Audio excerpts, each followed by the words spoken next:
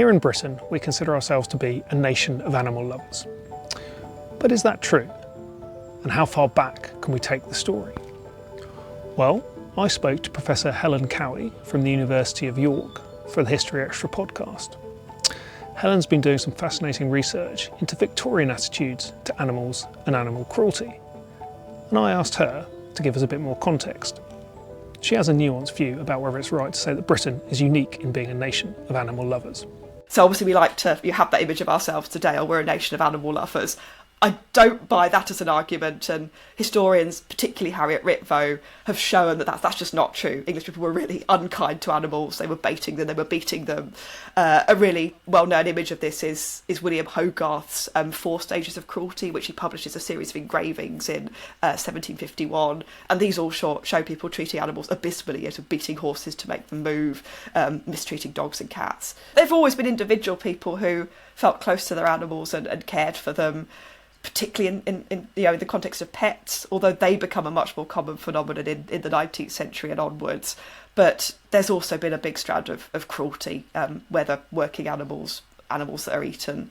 It's not great, and like I said, Britain is no better than any other countries at that period. That's not to say that Britain wasn't at the forefront of 19th century attempts to protect animals and legislate against cruelty to them, though there were some reservations voiced about it in Parliament.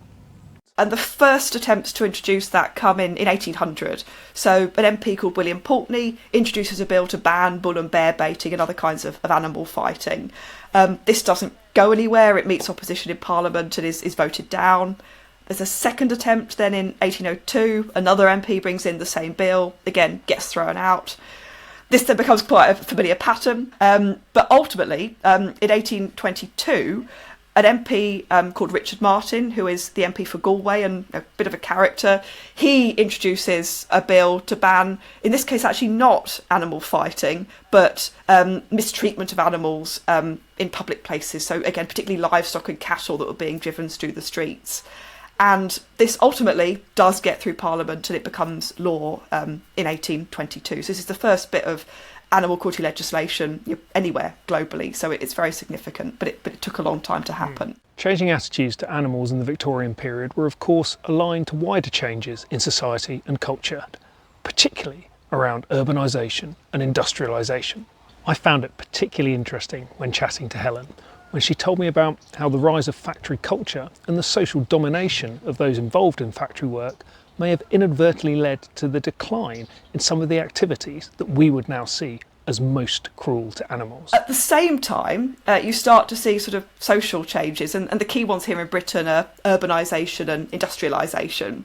So urbanisation means that often more sort of middle class people are closer to animals than perhaps they'd been before. They witness cruelty on the streets, they become more sensitised towards it, and they call for change. Industrialisation also changes more sort of traditional human-animal relations, and this particularly affects kind of old pastimes like bull baiting and bear baiting, which could go on for a really long time. And that wasn't acceptable once you start to get people working in factories, kind of working at the pace of the machine. If you're a factory owner, you don't want your workers going out and watching a bull bait all day. So from a more sort of utilitarian perspective as well, there's a desire to kind of control people socially, which impacts on how they interact with animals. So this is kind of confluence of different things coming about in the early 19th century. 2024 is the bicentenary of the 1824 Foundation for the Society for the Prevention of Cruelty to Animals, and that went on to become the Royal Society for the Prevention of Cruelty to Animals. So it's an apposite time to think about this topic. If you want to find out more, then you can listen to the full podcast with Helen Cowie on the History Extra feed right now.